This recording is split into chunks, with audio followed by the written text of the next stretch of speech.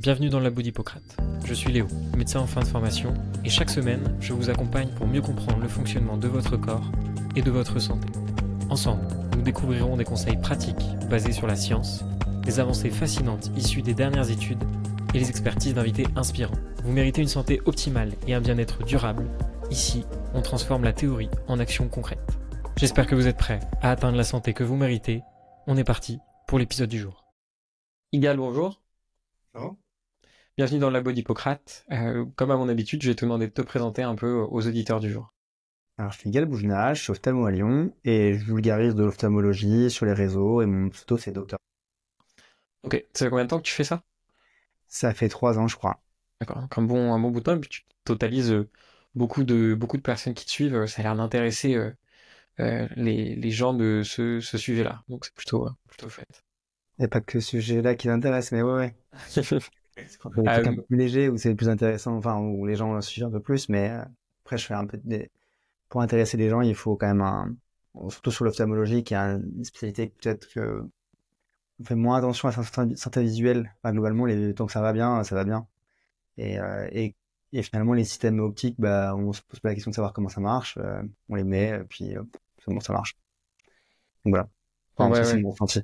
Mais quand je parle de patho, les postes marchent moins bien. Quand tu parles de pathologie oculaire? Ouais. Ok, d'accord. À part la myopie. Quand je parle de myopie, ça va.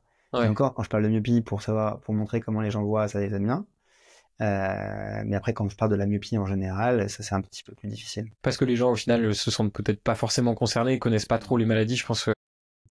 Non, ils sont pas concernés. De toute façon, enfin, je trouve que sur les réseaux, ce qui marche le mieux, c'est la santé de la femme, la nutrition, le sport. Et après, le reste, c'est vrai que c'est des trucs très spécialisés et quand on n'a pas la maladie ou c'est pas une maladie qui est très fréquente, bah, ça intéresse un petit peu moins. Ouais. C'est que j'ai mon impression. Alors qu'on va le voir aujourd'hui, en balayant un peu ce sujet-là de fond en comble. Ça concerne beaucoup de personnes, là maintenant pour le futur. Et de deux, bah, c'est plutôt très intéressant comme sujet, au moins à vulgariser, à débrouiller. Et j'aimerais du coup commencer par une question qui peut paraître un peu bête, mais je pense qu'elle est importante à revenir. C'est les yeux, comment ça marche au final? Alors, la vision, comment ça marche, c'est un peu plus général. Déjà, la vision, c'est pas l'œil qui voit vraiment, c'est plutôt le cerveau. Donc en fait, l'œil, il y a plusieurs lentilles dans l'œil, et le principe de la vision, c'est de focaliser de la lumière sur la rétine.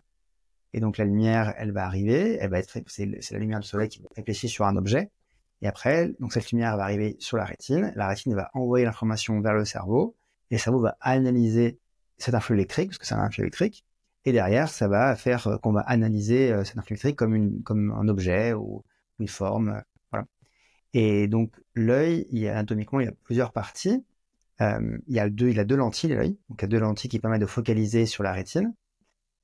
Si une image se forme en avant de la rétine, on est myope. Si elle se forme en arrière de la rétine, on est hypermétrope. Hypermétrope, c'est un œil petit. Myope, c'est un œil qui est grand. Et donc on a deux lentilles qui sont en avant de l'œil. La cornée, qui compte pour 2/3 de la puissance de la lentille des yeux. Et le cristallin, qui est une lentille à l'intérieur de l'œil. Là, la cornée, c'est ce qu'on remodèle quand on fait du laser, par exemple. Et le cristallin, c'est ce qu'on change quand il y a la cataracte. Et donc la lumière, elle va se focaliser sur la rétine, donc soit devant, soit derrière. Si c'est devant ou derrière, on va avoir un feu flou. Et puis après, bah, il y a une analyse, il y a des réactions chimiques, puis après une influx électrique qui va arriver jusqu'au cerveau analyse, et puis on voit. Okay.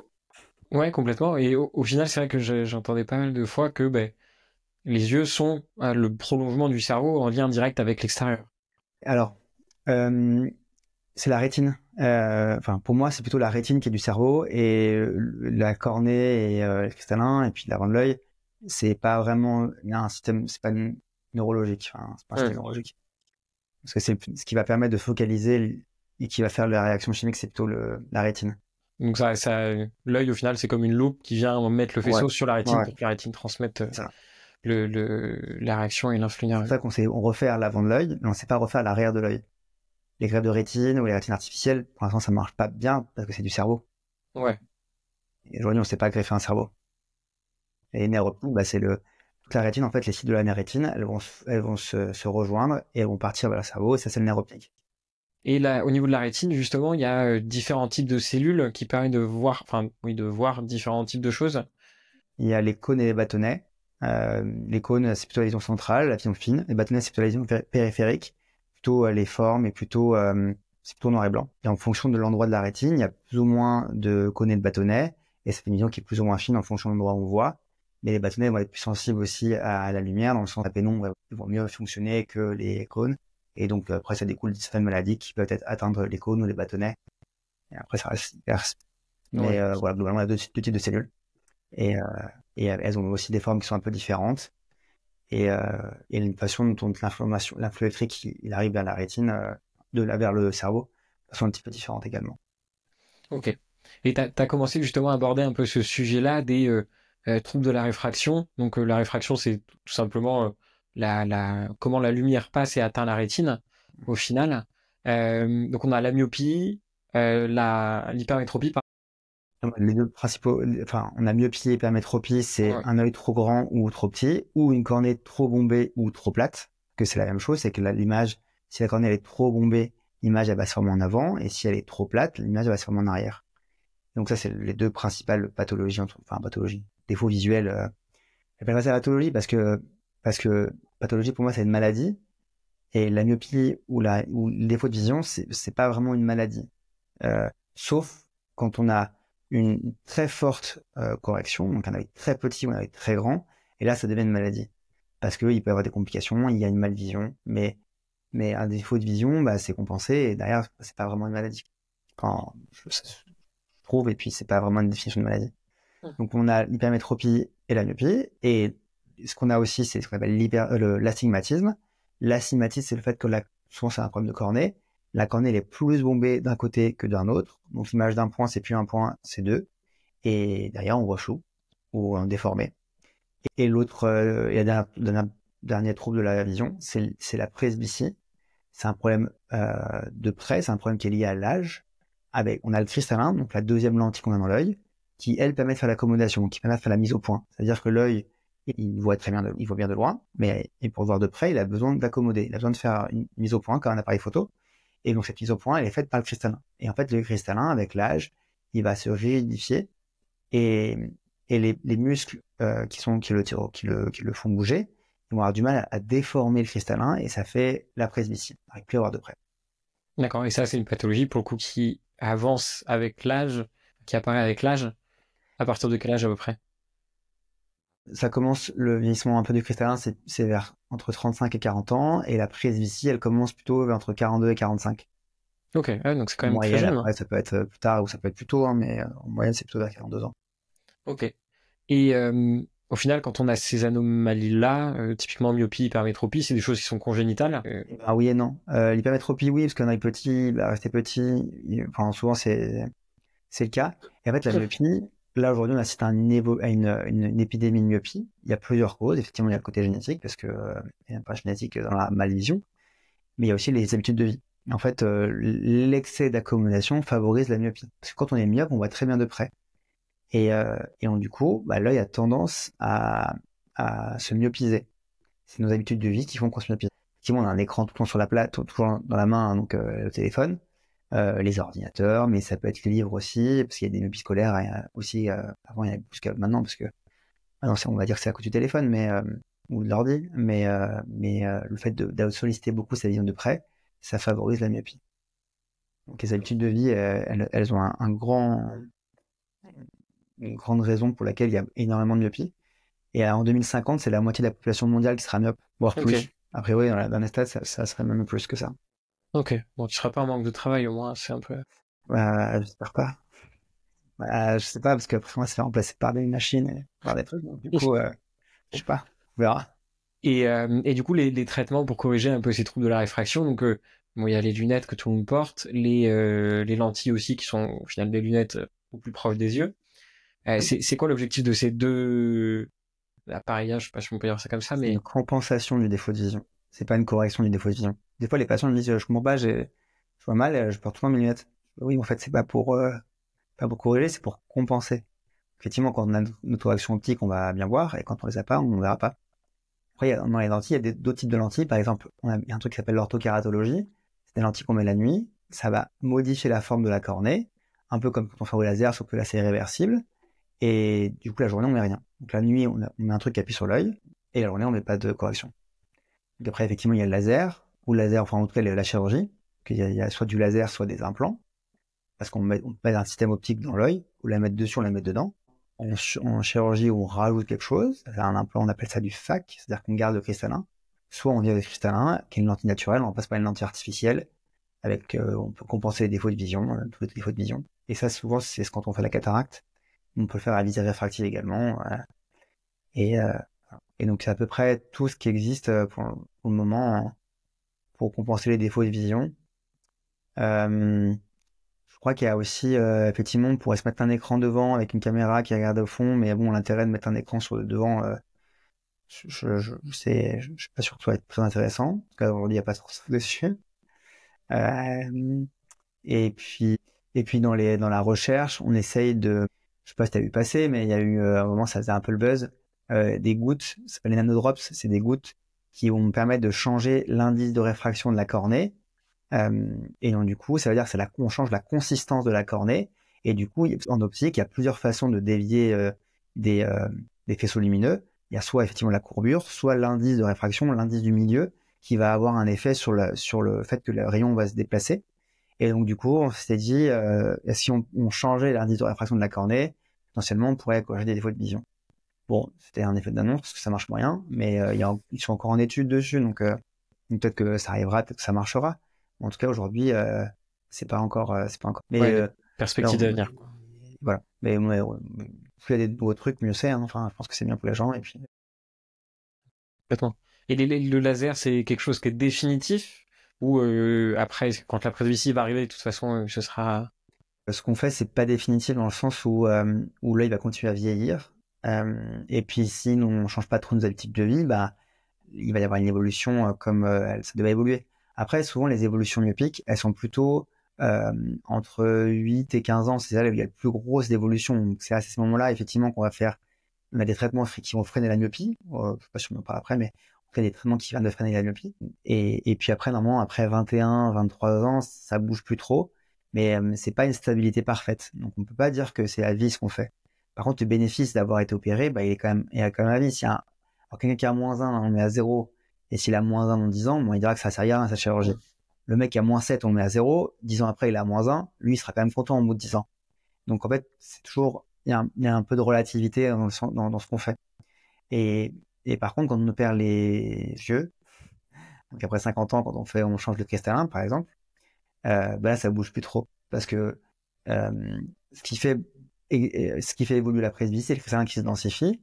Mais si on le vire et on met une lentille, bah, il n'y a plus vraiment de phénomène qui fait que la vision bouge. Alors, c'est vrai sur des corrections normales, mais quand on a des grosses corrections, bah, l'œil peut continuer à grandir parce que la myopie forte, par exemple, c'est une maladie. Donc, au-delà de -6, -7, on dit que c'est une myopie qui est forte. Et l'œil va continuer à grandir un peu tout le temps. Et donc, c'est pour ça qu'on peut pas vraiment dire que ce qu'on fait, c'est définitif. Ok, Tiens. d'accord. Et effectivement, si j'opère un -3 de myopie à 30 ans, bah, 10 ans après, il aura la presbytie, il aura un problème de près. Hmm. Mais il aura toujours le bénéfice d'avoir été opéré pour avoir une très bonne vision de loin. Même si ça peut bouger un petit peu, mais en général, ça bouge pas trop. Ouais, donc ça vaut Et c'est vrai, plutôt... quand on me demande, moi, je dis que c'est pas définitif et que ce qu'on fait, c'est que on remet à zéro. Déjà, hein, c'est déjà plutôt très bien. C'est pas mal, et puis les gens sont contents quand même, parce que quand on les opère et que, en moyenne, c'est au moins 10 ans sans lunettes. Donc, ça peut arriver déjà au bout de 3 ans qu'ils aient besoin, mais c'est pas aussi important, de façon aussi importante que initialement. Et, mais c'est vrai qu'en général, ça dure au moins 10 ans, voire plus. La plupart des gens, c'est beaucoup plus. Dans ce cas, bénéfice de loin. Ok. Et puis, les zones de près, on peut le corriger aussi, effectivement, au laser, et pas des implants. Et à quel moment, justement, là, s'il y a des gens qui nous écoutent, qui n'ont pas de lunettes, rien du tout, et qui se disent, bon, bah, il faudrait peut-être que j'aille voir un ophtalmo parce que j'en ai pas vu depuis 2, 3, 4, 5 ans, est-ce qu'il faut attendre d'avoir un problème de vision et un problème de... Se dire, je vois quand même un peu mal de loin avant d'y aller, ou est-ce qu'il faut faire un peu des dépistages comme ça assez régulièrement? Alors, ça dépend de l'âge. Après 40 ans, c'est vrai qu'on a bien dépisté parce qu'il y a des maladies qui arrivent avec l'âge. Et avant, il n'y a pas vraiment il y a pas de consensus, il n'y a pas de guideline sur ça. La, la, la, les principes de précaution voudraient dire que c'est bien de consulter un ophtalmo tous les 3 ans, on va dire. Et après, moi, ma conviction, c'est que c'est plus probable qu'il y ait un problème chez quelqu'un qui va tout bien. On peut toujours trouver des maladies, mais c'est quand même exceptionnel. Sauf si le patient il a 10 sur 10, c'est exceptionnel s'il a aucun symptôme qu'on va dilater sa pupille pour vérifier sa rétine pour avoir un éventuel problème périphérique. Donc voilà, mon avis c'est que si on a des symptômes, on consulte, et si on n'a pas trop de symptômes, ça va. Et ça Ouais, c'est mon pas, avis. pas de Mais panique. je pense que les ophtalmo diraient qu'il faut consulter tous les 2-3 ans. Tout le temps. Ok. Bon, après, comme il y a au moins un an avant d'avoir un rendez-vous, bon, ça Mais non, permet, ça dépend des villes. ça dépend des villes, oui, bien sûr. À Lyon, il y a au moins un jour. Ah ouais? Là, vous avez Ouais. des rendez-vous plus rapides, vous avez une meilleure, Il y a plein de raisons pour lesquelles il y a moins de délais en ophtalmologie. La première, c'est qu'on s'est adapté, c'est-à-dire qu'on a souvent des assistants, orthopédistes ou opticiens ou les deux principaux, qui font de la pré-consultation, c'est-à-dire que toute la partie acuité visuelle, on l'a déléguée. Et donc du coup, nous on fait que j'aime bien appeler ça la sanction thérapeutique. Soit on va regarder l'œil, l'anatomie pour voir s'il y a des maladies, on va lire les éventuelles images que l'assistant aura fait, et puis derrière on va donner un traitement, ou on va donner des conseils, ou on va donner des lunettes. ok. D'accord. Et voilà. Ouais, donc ça vous Et facilite donc la tâche. on a augmenté nos flux en fait. On a augmenté nos flux. Et il y a ça, et il y a aussi le fait qu'il y a des centres qui sont montés avec des flux encore plus importants qu'un ophtalmologue classique jeune et dynamique. Et là, pour le coup, c'est un peu d'abattage et effectivement, ça a fait vraiment réduire énormément les délais. Mais c'est parce que là, c'était plus du business que de la médecine et moi, ça répond à un problème de santé publique. Donc, c'est quand même les gens qui sont quand même contents d'avoir leurs ordonnances et quand ils ont un problème, bah, ça dépend des centres et des centres qui sont plus ou moins quali, avec des médecins qui sont plus ou moins quali et donc c'est plus ou moins bien. Ça dépend Ok. vraiment des structures. Et même sur effectivement, il y a des chaînes qui sont montées avec, qui font des visions. Certaines et dans ces chaînes-là, c'est assez disparate dans la qualité. Ça dépend des médecins qui sont responsables de ces centres-là. Mais en tout cas, ça a vachement dégradé notre profession parce que il y a eu un peu des abus qui ont été faits et il y a eu des centres qui ont été fermés. Il y a des mecs qui sont en prison. Donc, voilà. En effet, c'est un peu le problème de pouvoir répondre à une demande qui est énorme et du coup, bah, de transformer la médecine en une sorte de business. Voilà. Moi, j'aime bien dire faire du business avec de la médecine, mais il ne faut pas que le business soit au-dessus de la médecine. Ouais, c'est Il faut sûr. que la médecine soit au-dessus, parce que c'est les patients qu'on prend en charge et voilà. Et c'est Complètement. Tu as évoqué rapidement le sujet tout à l'heure des écrans et de l'impact sur la vision. Il y a quelque chose aussi beaucoup qu'on voit sur tous les écrans. Alors moi, je le mets sur mon téléphone typiquement ou sur mon ordi. J'en ai aucune idée de savoir si c'est utile. Je dois avoir ça aussi sur mes lunettes. J'ai vu aussi passer des lunettes anti-lumière bleue, les lunettes orange. Je voulais avoir un peu ton avis là-dessus. Et C'est bah, quoi effectivement, ça sert à rien. La lumière bleue, elle est néfaste pour la rétine, c'est celle qui est la plus néfaste. Enfin, c'était une longueur d'onde qui était néfaste. Et on s'est dit, tiens, si on la filtrait, est-ce que ça servirait à quelque chose? Donc, par précaution, on a commencé à la filtrer et on a fait un grand coup de pub. La lumière bleue, c'est pas bon. Et effectivement, c'est pas bon, mais sur des modèles de rats et dans les études, eh ben, il n'y a pas de bénéfice à filtrer le bleu ou pas. Donc, il y a plein d'études, il y a des méta-analyses qui sont sorties récemment. Elles disent que le filtre bleu, ça sert à rien. Ça fait pas moins de fatigue oculaire, ça prévient pas de maladie. Voilà, donc l'intérêt est quand même assez limité. Moi, ce que j'aime bien dire aux patients, c'est que s'ils aiment bien, bah, le gardent. Si ça va, ça sert à rien, bon bah ça sert à rien. Voilà. Par contre, effectivement, diminuer la luminosité d'un écran ou avoir des verres un peu teintés, ça pour le coup, ça repose les yeux parce que la luminosité va plus fatiguer. Voilà, mais c'est plus par rapport à la fatigue, pas par rapport à un filtre. Et puis après, les verres, c'est les verres peut-être plutôt jaunes que tu as peut-être vu. Ouais, oui, c'est ça. Ouais. Les verres jaunes, l'intérêt, c'est plutôt en conduite de nuit. En fait, on va être moins gêné par la lumière en conduite de nuit. Donc ça, pour le coup, je le conseille chez les patients qui aiment pas trop conduire la nuit à cause de la lumière. Ok, ça marche. Voilà, même des clips, ça existe. Ajouter sur les lunettes et... Ouais. Et voilà, ça, je prescris. Et la lumière bleue, ouais, c'était quand même c'est devenu pas mal un argument marketing. Mais on filtre le bleu depuis longtemps sur les implants, par exemple. Les implants intraoculaires, il y avait guéguerre entre les ophtalmos qui mettaient des filtres jaunes ou des implants blancs. Et Et bien, en fait, il n'y a pas de différence. Enfin, dans l'apparition des maladies comme la DMLA, on pourrait se dire que c'est un problème de rétine et puis on aurait protégé. Mais en fait, il n'y a aucune incidence sur des centaines de milliers de personnes. Donc en fait, voilà, l'intérêt de filtrer le bleu, il est quand même assez limité. Après, voilà, par principe de précaution, on va aussi conseiller de mettre des lunettes de soleil de toute façon de base quand il y a du soleil ou pas, quand il n'y a pas trop de soleil. Euh, euh, un peu comme la peau, parce que de toute façon, ça va protéger les paupières qui sont euh, les principaux sites de cancer, parce que c'est hyper fréquent les cancers sur les paupières. C'est des zones qui sont très enfin, exposées au soleil. Et, euh, et donc la lumière de soleil, bah, ça pour le coup, on le conseille. J'interromps rapidement l'épisode. Si le podcast vous plaît, prenez quelques secondes pour vous abonner et laisser 5 étoiles sur la plateforme d'écoute que vous utilisez. Ça nous aide beaucoup et nous permet d'avoir des invités toujours plus passionnants. Merci encore, on peut reprendre. Ok, et c'est quoi justement les risques, mis à part les cancers? Il y a un risque réel du soleil et de l'exposition au Alors, soleil? effectivement, il y a les cancers aussi au niveau de la rétine. C'est exceptionnel, il y a des cas de mélanome, il y en a 200 par an en France. Mais après, un mélanome sur l'œil, on enlève l'œil. Hein. Ouais. Et puis après, il y a il y a certaines maladies qui vont être favorisées par les UV. Par exemple, les UV favorisent la DMLA. Après, pareil, c'est pas très puissant. Et puis, dans les pays où il y a beaucoup de soleil, il n'y a pas non plus plus de DMLA que dans les zones un peu tempérées. Ça donne des cataractes plus jeunes, oui. Ça fait des maladies aussi au niveau de des ptérygions. En fait, le ptérygion, c'est une excroissance qui est sur le blanc de l'œil, qui monte sur la cornée. Bon, ça s'opère, c'est pas très grave, mais des fois, ça peut déformer la cornée, ou faire des cicatrices. Puis, on a pas envie de se faire opérer. Mais ça, c'est le soleil qui arrive plutôt sur le côté. Donc, le soleil, ça marche pas. Parce que ça protège ici. Mais les lumières qui arrivent ici. Et en fait, avec la cornée, ça fait un effet loupe sur le blanc de l'œil à l'intérieur. Ça fait une inflammation et la conjonctive, elle monte. Ok. Et voilà. Je crois qu'il doit y avoir d'autres trucs, mais ça reste quand même. Voilà. Il y a pas. Ça reste quand même pas énorme. Mais sur les cancers de la peau, hein. Ouais. C'est déjà pas mal. Hein. Ouais, ça on le répétera jamais assez, hein, beaucoup. Je cherche un dermatologue d'ailleurs pour aborder ces sujets-là. Ouais, c'est dommage.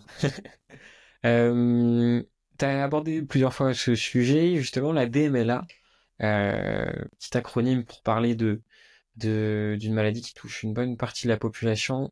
Est-ce que tu peux en dire un petit peu plus sur ce sujet-là? Donc la DMLA, c'est la dégénérescence maculaire liée à l'âge. En fait, donc c'est une maladie, on connaît pas trop la physiopathologie. C'est pas vraiment pourquoi ça arrive, mais en tout cas au niveau rétinien, il y a deux formes. On va dire il y a la forme sèche et humide. Dans la forme sèche, on a la rétine qui va s'atrophier, qui va s'amincir, et derrière on va avoir une malvision. Dans la DMLA sèche, aujourd'hui, il y a peu de traitements. Je dis qu'il y a peu de traitements parce qu'on est des traitements qui commencent à sortir, d'injections qui permettent de stabiliser, ralentir, mais ça coûte très cher et puis ça fait pas gagner vraiment en vision. On ne sait pas encore refaire de la rétine, mais on essaye de le faire. Ce qu'on pense qui va marcher, c'est les cas de cellules souches. Mais c'est vrai que c'est quand même assez compliqué pour l'instant les études sur ce genre de pratique parce qu'on a peur, des principes de précaution, on a peur des conséquences potentiellement qu'il pourrait y avoir. Et donc la deuxième forme de DMLA, c'est la DMLA humide. En fait, il y a des vaisseaux qui sont pas normaux, on appelle ça des néovaisseaux, qui vont pousser sur la rétine. Et derrière, ils vont exsuder, ils vont faire de l'eau qui va se mettre sur la rétine et qui va déformer la rétine, qui va la manger, enfin la détruire. Et on n'a pas de la vision. Et donc dans cette forme-là, on peut faire des piqûres dans l'œil, d'anti-angiogéniques, pour faire régresser ces néovaisseaux. Mais notre traitement, c'est pas, on fait une injection, hop, le vaisseau il meurt et c'est fini. On a besoin de faire des injections répétées. En moyenne, c'est 8 injections la première année de maladie. Donc c'est des suivis qui sont assez lourds. Donc tous les mois, on va voir les patients, ou voilà. Maintenant, on a mis en place des protocoles. C'est-à-dire que la science, elle a dit qu'en général, il faut 8 injections, qu'il faut tel suivi, et du coup, on fait treat and extend, c'est-à-dire qu'on va traiter et on contrôlera un peu en même temps, mais pas toujours. Comme ça évite de trop voir les patients parce que ça reste quand même quelque chose d'assez contraignant pour les patients. Et effectivement, les facteurs de risque, t'as l'âge, il y a l'âge, t'as le tabac, on est facteurs de risque, t'as les UV et t'as l'alimentation. Ok. Mais on reviendra pareil, justement sur ce dernier sujet tout à l'heure. C'est un truc qui est plutôt intéressant. Et justement, il y a un sujet aussi qui revient pas mal quand on parle des anomalies de la vision qui qui arrive un peu avec l'âge, c'est le sujet de la cataracte. De plus en plus de personnes qui se font opérer. Est-ce qu'on peut revenir un peu sur ce que c'est que la cataracte et quels sont les premiers symptômes qui pourraient amener à consulter, justement? Alors, la cataracte, c'est un vieillissement du cristallin, donc la lentille qu'on a dans l'œil. Elle devient opaque à cause de l'âge. Et la principale cause, effectivement, c'est l'âge, mais il peut y avoir des cataractes jeunes aussi. Si on regarde des médicaments comme la cortisone, par exemple, on en donne, ou le diabète aussi peut donner des cataractes plus jeunes. Aujourd'hui, j'opère quelqu'un qui a une trisomie. Les trisomies causent une cataracte plus jeune. Il y a des formes un peu congénitales aussi qui peuvent arriver. 90% des gens qu'on opère, ils ont entre 65 et 75 ans. Donc voilà, ça reste une maladie liée à l'âge. Et les symptômes qu'on pourrait avoir, globalement, on va pas opérer s'il n'y a pas beaucoup de symptômes, sauf chez les gens qui ont des gros défauts de vision et puis parce qu'ils ont envie que à visée réfractive on les aide un petit peu, mais globalement, normalement, l'indication de la cataracte, c'est une baisse de vision. Et puis après, il y a des symptômes comme par exemple la chaîne à la lumière, les troubles au niveau des contrastes, changement des couleurs. Il y a des peintres célèbres qui est peigné en jaune parce qu'en fait ils voyaient jaune à cause de la cataracte. Je crois que c'était c'est du blanc en fait. Voilà. Et donc du coup, là, c'est une maladie hyper fréquente parce que on vieillit. Et donc c'est la chirurgie qui est la plus faite en France. Il y a à peu près entre 900 000 et 1 million d'œils opérés par an en France. Cataracte. Ok, c'est énorme. Ouais, ça fait du boulot, heureusement. Ça marche. Autre maladie aussi, moi, ça fait vraiment partie des 3 choses que j'avais retenues quand on a passé le concours de l'externat. Il y a aussi... Exactement, le glaucome. Ça c'est pareil, je pense que c'est pour le coup une maladie qui est vraiment méconnue et de plus en plus de patients que je vois à l'hôpital quand même ou en cabinet qui ont un glaucome ou à minima une hypertonie oculaire. Donc pareil, on peut faire un petit descriptif dessus et puis voir les premiers symptômes qui doivent inquiéter. Alors déjà, il n'y a pas de symptômes, donc pas inquiéter les gens. C'est d'où l'intérêt du dépistage pour le coup. Pour le glaucome, c'est du dépistage. Ouais. Et donc le glaucome, c'est une maladie du nerf optique. À cause de la tension oculaire, mais pas que, le nerf optique va perdre des fibres. Tout ce qui est perdu, c'est perdu. Le nerf optique, c'est du nerf, et on ne sait pas refaire du nerf. Et donc, c'est pour ça que le premier traitement, c'est la prévention, donc consulter régulièrement après 40 ans. La principale cause, c'est la tension oculaire, mais il peut y avoir d'autres causes. On peut avoir des glaucomes à pression normale. Et en fait, donc, le nerf optique va perdre des fibres. Quand c'est dû à la pression oculaire, c'est pour 2 raisons. Soit on a un excès de production, soit un défaut de filtration. Souvent, c'est un défaut de filtration parce qu'avec l'âge, l'endroit où normalement l'eau elle est filtrée, il va un peu s'encrasser et derrière il y aura on va moins enlever l'eau de l'avant de l'œil et il y aura une tension oculaire qui va être élevée. Et il y a d'autres causes comme par exemple qui sont très fréquentes, plus fréquentes dans notre société, c'est le SOS, le syndrome d'apnée du sommeil, qui est une cause assez fréquente de glaucome à pression normale. Et donc tout ça pour dire que donc le glaucome donc c'est à cause principalement de la tension oculaire, on va perdre des fibres du nerf optique. On va avoir en fait au niveau fonctionnel le champ visuel qui va se rétrécir. Et quand le champ visuel se rétrécit, au début, on ne fait pas attention parce que c'est périphérique. Et puis après, avec le temps, il va être tubulaire et il peut se fermer. Et là, pour le coup, on peut devenir complètement aveugle. Dans la DMLA, on peut devenir aveugle, mais c'est une cécité qui est centrale. Ça veut dire qu'en fait, on aura une tache noire dans le champ visuel, on verra pas, mais tout le reste, on va y voir. Parce que l'atteinte, elle est centrale. Dans le glaucome, comme c'est le nerf optique qui meurt, et en fait, ça peut complètement se fermer et on peut devenir complètement aveugle et être en noir complet. D'où l'intérêt de prendre en charge les patients tôt. Et parce qu'en fait, on arrive mieux, on peut prendre en charge les patients tôt. Et après, même s'il y a des formes un peu difficiles à prendre en charge. Et le traitement, c'est des gouttes dans les yeux. Donc toi, tu dois voir que des gens qui ont des gouttes pour le glaucome, pour la tension oculaire. Souvent, les gens, on leur a dit tension, mais en général, on ne traite pas la tension oculaire simple, sauf s'il y a des chiffres de tension qui sont très élevés. Après, c'est l'appréciation des ophtalmos, hein, mais une tension élevée, ça veut pas dire glaucome. Et en général, on traite un glaucome. Donc, voilà. Et après, quand les gouttes ne marchent pas, ou alors même on prend en première intention, on a un deuxième traitement aujourd'hui, c'est du laser. On fait du laser pour faire des petits trous dans l'endroit où l'eau normalement elle est filtrée, pour augmenter la filtration. Et après, on a la chirurgie. Chez les gens chez qui le traitement médical ne marche pas. Et on fait des chirurgies plus ou moins filtrantes. On a des petits drains qu'on peut mettre, la nouveauté, c'est qu'on a des petits drains qu'on met pour faire sortir un petit peu l'eau de l'œil, qu'on peut mettre pendant qu'on fait une chirurgie de la cataracte, par exemple. Ça se fait comme ça. Et sinon, l'autre chose, c'est qu'on fait des petites soupapes pour faire sortir l'eau de l'œil voilà, vers le blanc de l'œil, mais il faut rester quand même fermé pour pas qu'il y ait d'infection. Ok. Une porte d'entrée vers l'extérieur. Ouais, bah oui, forcément. Et donc, l'importance, pour ceux qui nous écoutent là, c'est vrai que passer un certain âge, au final, d'aller quand même chez l'ophtalmo assez régulièrement pour faire surveiller ça, parce que comme tu as dit, quand on perd des fibres optiques, on les perd définitivement, quoi. Il n'y a pas moyen de les récupérer. Exactement. Pour l'instant, on ne sait pas refaire du nerf. Pareil, plus tard, peut-être qu'on saura refaire, mais on ne sait pas refaire pour l'instant.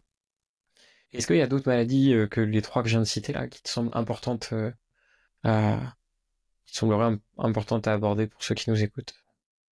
Toi, dans ta pratique, c'est le diabète, parce que c'est très fréquent dans le diabète. Et donc le diabétique, ils font un fond d'œil tous les ans, parce qu'en fait, pareil, le diabétique, il se passe rien jusqu'à qu'il y voit rien.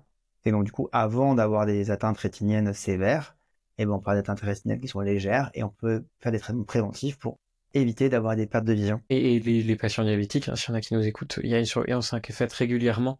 C'est tous les ans, on va dire. Pour être simple, c'est tous les ans. Après, il y a plusieurs sociétés là, qui disent que c'est tous les 2 ans, les 10 premières années, et puis après tous les ans, globalement, on retient tous les ans comme ça. Et est-ce qu'il y a d'autres maladies, justement, l'hypertension artérielle? L'hypertension artérielle, elle fait des atteintes oculaires rétiniennes ponctuelles dans le cadre de l'urgence. Par exemple, on va avoir des occlusions artérielles ou des occlusions veineuses. On peut avoir d'autres maladies, d'autres problèmes vasculaires dans les yeux. Finalement, c'est un réseau vasculaire rétinien. Mais après, l'HTA en soi, oui, elle a des atteintes rétiniennes, mais elles sont pas spécifiques et on fait pas grand chose. De toute façon, globalement, si attention artérielle, on va dire qu'il faut traiter attention. Et justement, ces occlusions-là sont traitées quasiment comme si c'était des AVC pour les OACR, enfin, pour les occlusions de l'artère. Pas trop. Parce qu'il n'y a pas eu dans les études, la thrombolyse, elle n'a pas montré son efficacité en termes de balance bénéfice-risque. Ok. Voilà. Mais il y a des écoles qui disent que les caissons hyperbares, c'est bien aussi pour l'OACR aigu. Chez l'OACR ou FSR, mais après ça se fait pas beaucoup parce qu'il faut avoir un caisson hyperbar à dispo et c'était pas très puissant. Mais ouais. Et puis dans l'occlusion veineuse, c'est chercher la cause et la traiter. Ouais, c'est surtout ça. Et c'est quoi les causes de tout ça? Les deux causes, c'est l'HTA et le glaucome. Et le glaucome, ok. Le glaucome donne des occlusions veineuses. Et puis après, il y a l'OS-AOS et pas d'hyperviscosité. Enfin, il y a plein d'autres causes veineuses, mais la principale, c'est l'hypertension artérielle et oculaire.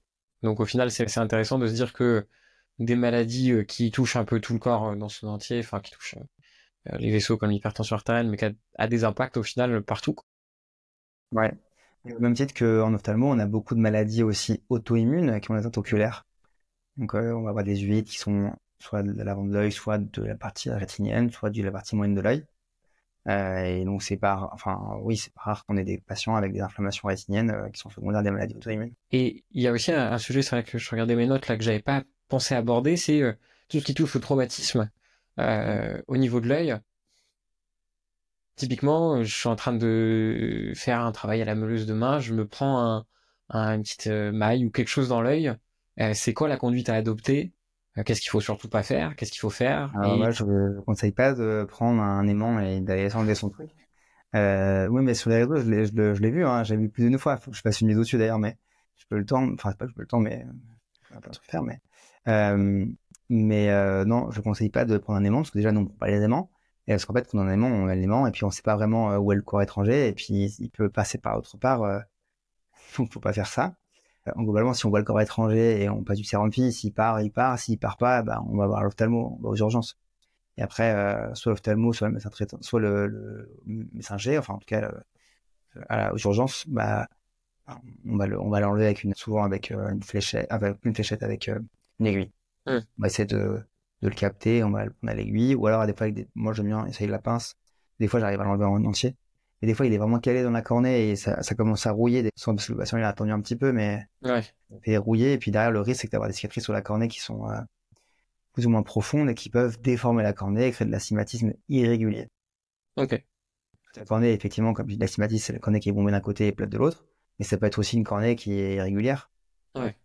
Et là, il y a une maladie qui est fréquente, qui s'appelle le kératocone, qui est aussi une maladie très fréquente, et qui est due à la déformation de la cornée, la plupart du temps par des frottements oculaires répétitifs. Donc, pas frotter les yeux de façon chronique, Et il faut pas non plus, quand on dort sur le ventre, et ben, si on appuie sur la cornée, on peut pas favoriser sa déformation. Ok, je savais pas. Super intéressant pour le coup. Et très, très piégeux, ouais, c'est le genre de choses auxquelles on pense pas forcément.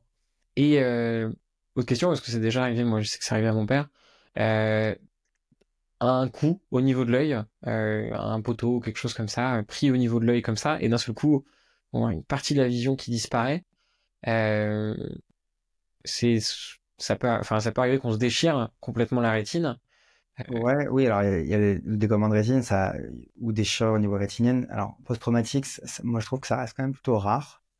Euh, c'est plutôt secondaire au vieillissement, Ok. euh, ou pas le vieillissement, mais on a un gel qui est dans l'œil, qui s'appelle le gel vitré, c'est la partie postérieure de l'œil, donc derrière le cristallin.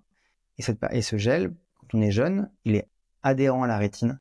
Et en fait, il peut y avoir, s'il y a des mouvements de traction sur la rétine, on peut déchirer la rétine. Ensuite, après, l'eau de ce gel-là, elle s'infiltre sous la rétine et elle fait décoller la rétine. C'est le décollement de rétine.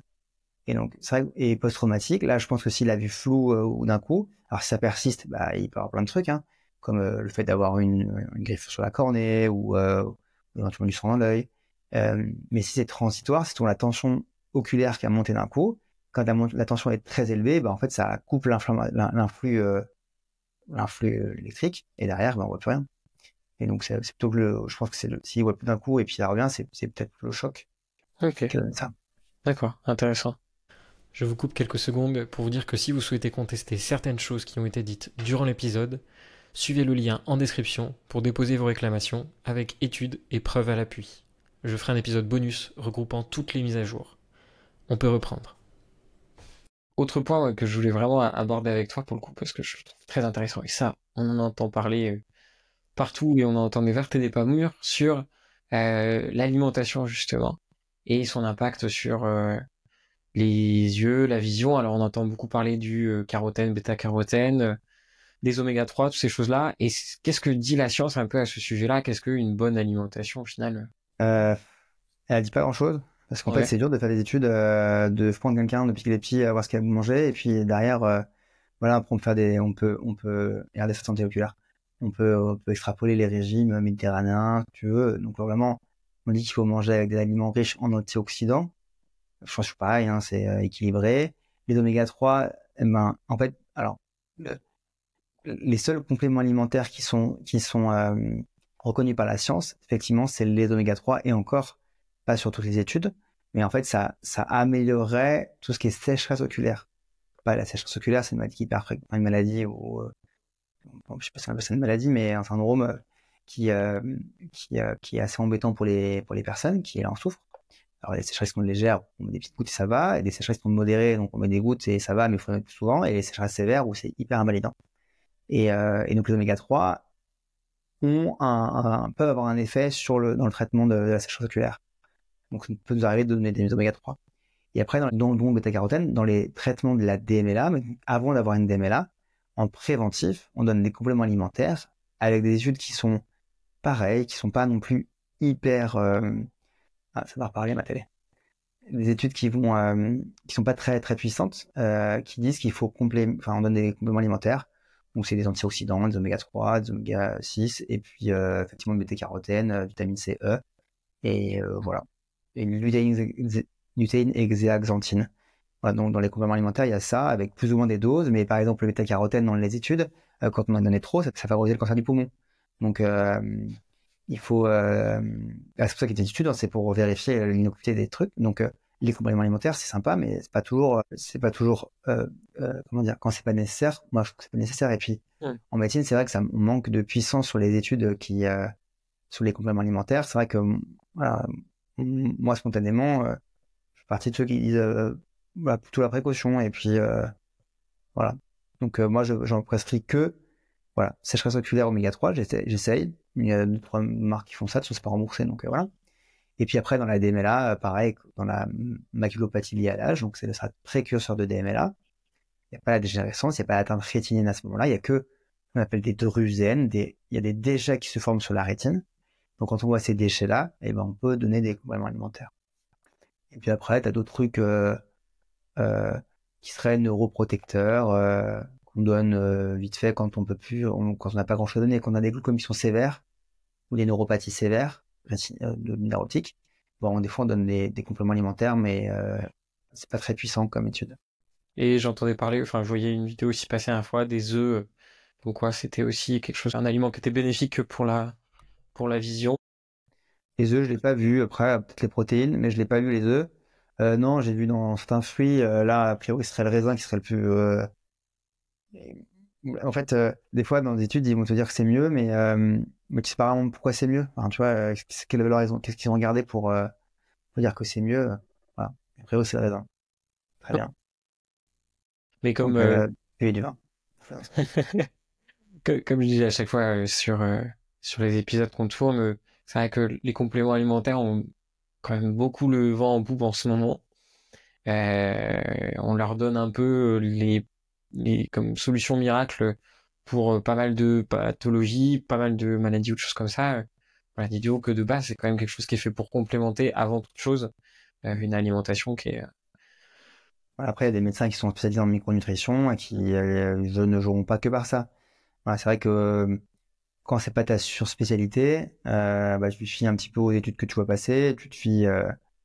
La médecine, c'est beaucoup de compagnonnage aussi, hein. Donc, si t'es aîné et dit que ça sert à rien, bah, tu vas dire quand même, il y a peu de chances que ça sert à quelque chose. Et en tout cas, sur les réseaux sociaux, faire de la promotion de ce qui n'est pas validé par la science, c'est interdit. Cette micronutrition, ça reste quand même du business, hein. Quand on voit que C'est les énorme. pilules qui sont vendues en pharmacie, c'est du sucre et des bonbons, quoi. Donc, bon, c'est pas, voilà. Il y a aussi ce côté-là. Ouais, c'est vraiment énorme et c'est vrai que, comme tu dis, alors au final, c'est interdit par la loi, mais il y a quand même assez peu de surveillance parce que vu tout ce qu'on voit sur les réseaux, des ventes de compléments ou autres, Oui, alors, c'est... s'il y a des non-médecins qui vendent des compléments, ils ont le droit parce qu'ils font ce qu'ils veulent. Ah oui, d'accord, c'est par Et les ouais, médecins et que bah, c'est interdit. voilà, D'accord. par les médecins, c'est interdit. Ok. Ah oui, je pensais que c'était par Alors, tous. on n'a pas le droit de vendre sur les réseaux. On n'est pas censé faire voilà, on n'est pas une activité, Hmm. en fait, faut pas faire de la publicité, c'est interdit. Et d'où, du coup, cette espèce de problème maintenant que ben, ceux qui vendent et qui peuvent vendre sont ceux qui ont ben, pas de... Enfin, le moins la parole aussi sur les réseaux parfois. Donc c'est cool d'avoir des gens comme toi qui vont sur les réseaux, qui sont suivis par euh, plusieurs milliers de personnes pour justement ben, apporter un point de vue différent, qui est pas du tout un point de vue marketing, un point de vue business vendeur. Ok. Oui, mais après, c'est vrai que j'en parle un petit peu, mais j'en parle pas beaucoup parce que, euh, mais comme pareil, qu'en ophtalmologie, il y a des choses dont je parle pas beaucoup parce que j'estime ne pas être assez compétent pour en parler. Mm. Euh, et parce que j'aime pas parler d'un truc que je maîtrise pas complètement. Tu vois, il y a des sujets, par exemple le strabisme, j'en ai quasiment jamais parlé parce que j'ai du mal enfin, c'est pas un truc que je maîtrise. Je comprends pas comment ça marche. Il y a plein de syndromes, je les connais pas. Et je peux dire qu'on coupe un muscle, on le rallonge, mais on le Mm. renforce. Mais Ouais. quand je vois des noms d'ophtalmos qui font des trucs sur le strabisme, voilà, je rigole un peu. Ouais. Mais ouais, forcément. Forcément. Mais c'est bien de connaître un peu ses limites et ses domaines de compétences, qu'on a vite fait, justement, de bah, chercher le buzz, chercher ce qui fait plaisir aux gens sans forcément Mm. regarder ce qui relève de notre domaine de compétences. Donc, c'est très chouette. Bah écoute, on se rapproche de la fin. Ça fait bien 45 minutes qu'on est sur ce sujet-là. Avant qu'on conclue, est-ce que tu avais d'autres sujets, toi, que tu voulais aborder, d'autres choses importantes que tu penses qui est bien pour les auditeurs? Pour la santé oculaire, comme la santé en général, bah, c'est bien de faire du sport. Ouais. Donc, faites du sport. Pour les écrans, et il y a c'est la principale complication des écrans, c'est la fatigue oculaire. Donc, en Ouais. fait, un des gestes simples, c'est de lâcher l'écran, de regarder au loin, on lâche la coordination, et après on reprend. Voilà. On a lâché le fait de forcer. La coordination, c'est un muscle, comme un muscle qu'on met en point. Bah, rester contracté, c'est dur, rester longtemps. Par contre, si je lâche, bah, c'est facile de reprendre. Voilà. C'est pareil dans les yeux. Et voilà. Hydrater les yeux aussi, c'est bien.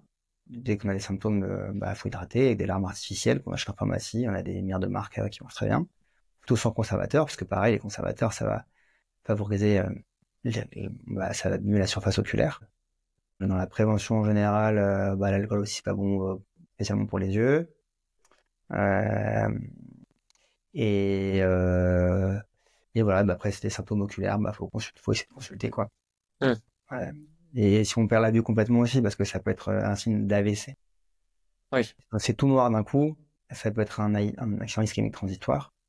Et ça, pour le coup, c'est comme un AVC, il faut prendre en charge rapidement, et chercher la cause, et puis, voilà, Ouais. c'est dans les symptômes un petit peu oculaires. Et après, dans les autres symptômes, trucs très fréquents aussi en ophtalmologie, c'est les aurores migraineuses. Donc c'est un symptôme neurologique. Du coup, comme on a dit que l'œil c'était un peu une extension du cerveau, bah voilà, ça fait un symptôme. Et donc du coup, la cause elle n'est pas ophtalmo, elle est neurologique. Et la cause, on ne sait pas trop ce que c'est, mais a priori, aujourd'hui, la théorie, ce serait plutôt des problèmes de pression du liquide dans le cerveau. Ok. À mon avis, c'est un problème vasculaire, plutôt, et a priori, c'est plutôt des problèmes de pression. D'accord, moi j'étais resté sur la première théorie vasculaire justement. Ouais, a priori, ça a changé. Ok, super intéressant.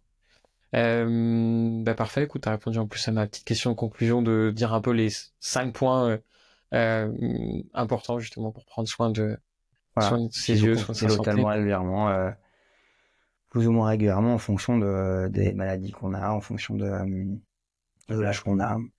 Et pour les enfants, maintenant aujourd'hui, il faut qu'ils aient un examen par un ophtalmo, par un orthoptiste, avant l'âge de 3 ans systématique, pour éviter ce qu'on appelle l'amblyopie. L'amblyopie, c'est le fait qu'on est petit et qu'on a une correction optique, bah, le cerveau va annuler une partie de l'image et les yeux peuvent ne pas bien se développer. Et donc ça veut dire que les gens qui ont plus de 10 sur 10, ils ont peut-être 7, 8 ou voire un œil à 2 dixièmes et non améliorable par la suite. C'est un problème neurologique et pas un problème anatomique. Voilà, c'est pour ça qu'il y a un dépistage qui est fait, et il y a un examen avant 3 ans, puis après, à l'école, entrer en CP vers 6 ans. Et donc, mais le plus important, c'est à 3 ans, parce que c'est là où on dépiste et où on peut traiter l'amblyopie à ce moment-là. Et après 6 ans, c'est un peu trop tard. Ok, d'accord. Donc ouais, Voilà, c'est un truc assez fréquent. vigilance sur ça quoi, clairement. Ok, ça marche. Bah écoute, où est-ce qu'on peut te retrouver toi sur les réseaux Moi, je suis pas mal sur Instagram, Ouais. c'est pareil.